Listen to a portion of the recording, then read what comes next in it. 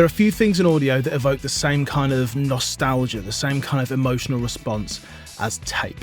Whether it's that big, gluey, squashy analog tape master, or as it is for me, the cassette tape. Sticking the cassette tape on in the car and just hearing that sound. There's nothing quite like it.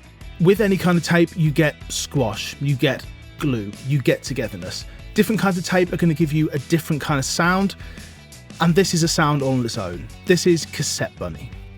Cassette Bunny takes you back to those fuzzy tape days, from dusty garage demos to studio-grade nostalgia.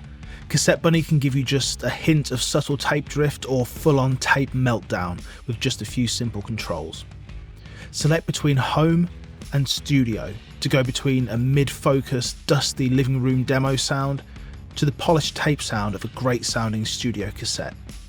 Dial in the crunch with the drive control to add some smooth saturation or go all out. The compressor adds tape-style glue and squeezes your audio just like an overworked tape head. Then wobble adds pitch flutter and random drift just like a worn-out cassette tape. Combine these controls with your input, output, oversampling and blend controls, and you have a full-on cassette tape recreation to add instant character and vibe to your tracks. So take a listen to this mix before and after. This has got Cassette Bunny on every single stem and on the master. Check it out. 'Cause it's alright, we don't have to play by the rules. It's alright, we can pick and choose our own fights. It's alright, we don't have to make amends, forgive, forgo. Let us find a pathway home. Really what we're dealing with here is compression and glue, but it does it in a very unique kind of way, and drums are a great candidate for this. Let's just take a look at Cassette Bunny on this drum kit and see what it's doing. So just to kind of look at this plugin in its whole form, we've got home and we've got studio. So studio is going to be a slightly more hi-fi version, and home is going to be a slightly more lo-fi version. And in a moment, I'm going to address the kind of elephant in the room, or I guess the rabbit in the room. But for now, let's take a look at this. So we've got wobble, drive and compress. I've got this on 50% blend on the drum kit. I'm really getting some parallel compression from this. I'm just going to play around the controls, see what kind of sound I can get, and give you a real taste of what this is going to give you.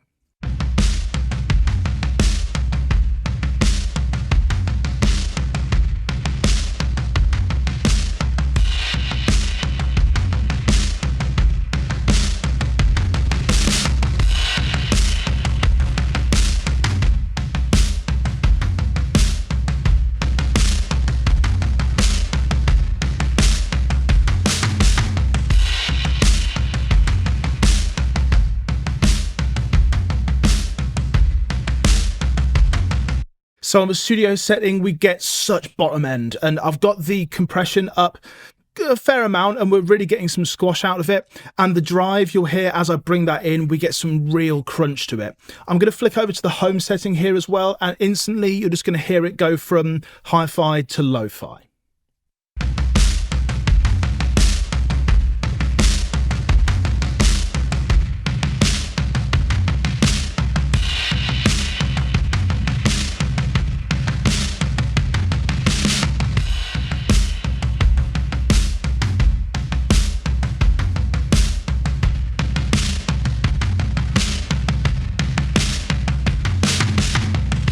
So home is that home cassette tape style, and it's got that real mid-range kind of poke that comes through.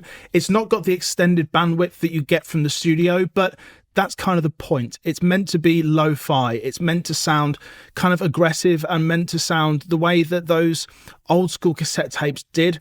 Now, the thing about cassette tapes is that they didn't all sound bad.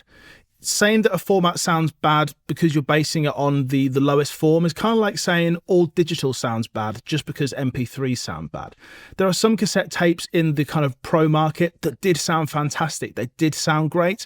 But when we think of cassette tapes, we think of that old, crackly, noisy, mid-range focus kind of sound. And that's exactly what you're getting from this home setting.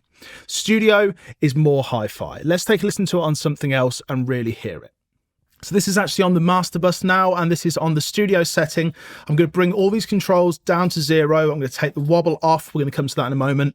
And I'm just going to bring stuff up and hear this Cassette Bunny just come into action. We don't have to play by the rules, it's alright. We can pick and choose our own fights, it's alright. We don't have to make amends, forgive, forgo. Let us find a pathway home.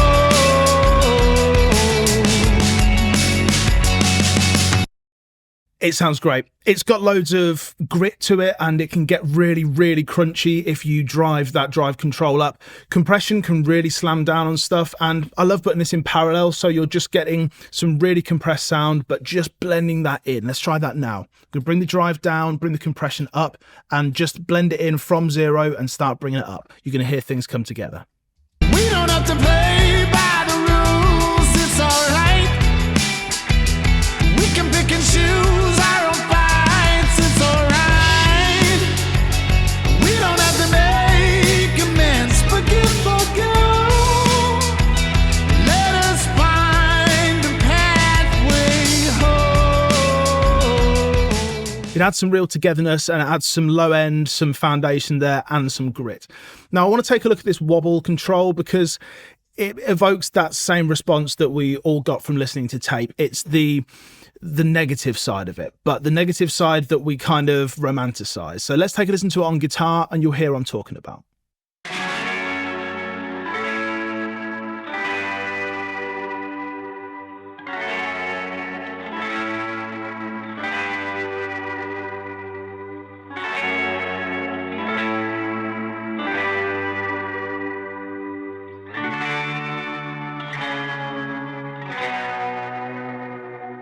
There's no better word for it. It's wobbly. It's just got that kind of pitch variation, the variety to the sound that just takes us back to that speed that wasn't quite right on a cassette tape. Take a listen to Home as well, because this is going to go even further with that.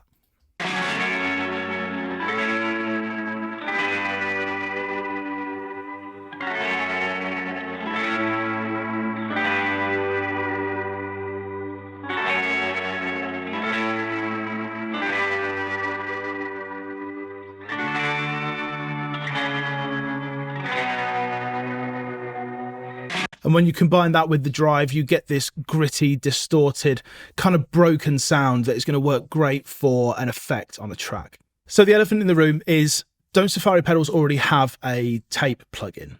Yes, we do. Rabbit tape. And it's a completely different kind of beast because the Bunny is the little version of it. Okay, so rabbit tape, you have reel to reel and you have cassette. So obviously the Cassette Bunny is kind of in the same vein as cassette. Reel to reel is more of that studio quality kind of thing, but you have studio quality on the Cassette Bunny as well. Let's just take a listen to the different sounds we have, least of all because we've got different controls. We've got compression on the Cassette Bunny and the drive control on Cassette Bunny. We have grit on here, but they're kind of doing a different thing. So I'm just going to move between the two and just hear the different sound that we're getting out of them. The rabbit tape is kind of a bit more hi-fi, and the Cassette Bunny is going to be great for nostalgia. It's going to be great for effect, but it does give you that tape saturation as well, that warmth. So just take a listen to a little comparison between the two. 'Cause it's alright. We don't have to play by the rules, it's alright. We can pick and choose our own fights, it's alright. We don't have to make amends, forgive, forgo. Let us find a path, it's alright. We don't have to play by the rules, it's alright. We can pick and choose our own fights,